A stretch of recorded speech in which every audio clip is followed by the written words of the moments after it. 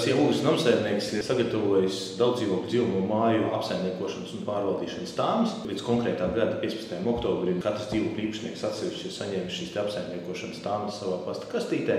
Un līdz norādītajam termiņam, tur viņi atšķirās, pārvaldīšanā pārņemtajām mājām, tātad šie termiņi būtu 4 nedēļas un pārvaldīšanā nepārņemtajām mājām.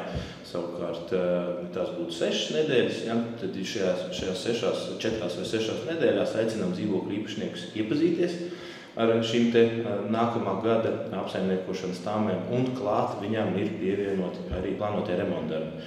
Plānotie remontdarbi mums ir tātad nākamajam 26. gadam un tālāk uz priekšu atkarībā no tām prioritātēm, kuras mēs saskatām kā nepieciešams veikt konkrētajā nekustamajā īpašumā.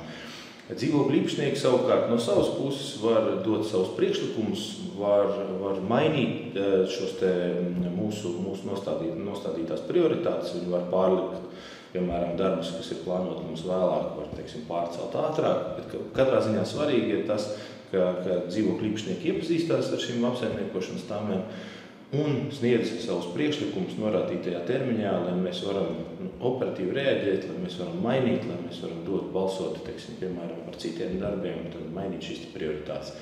Tas tā kā būtu ļoti svarīgs jautājums, ļoti svarīgs uzdevums, iesaistamies savā nekustamā īpašuma pārvaldīšanā un dodam informāciju ūgas namsaimniekam, lai mēs varam operatīvi reaģēt un sadarboties arī veiksmīgi turpmāk.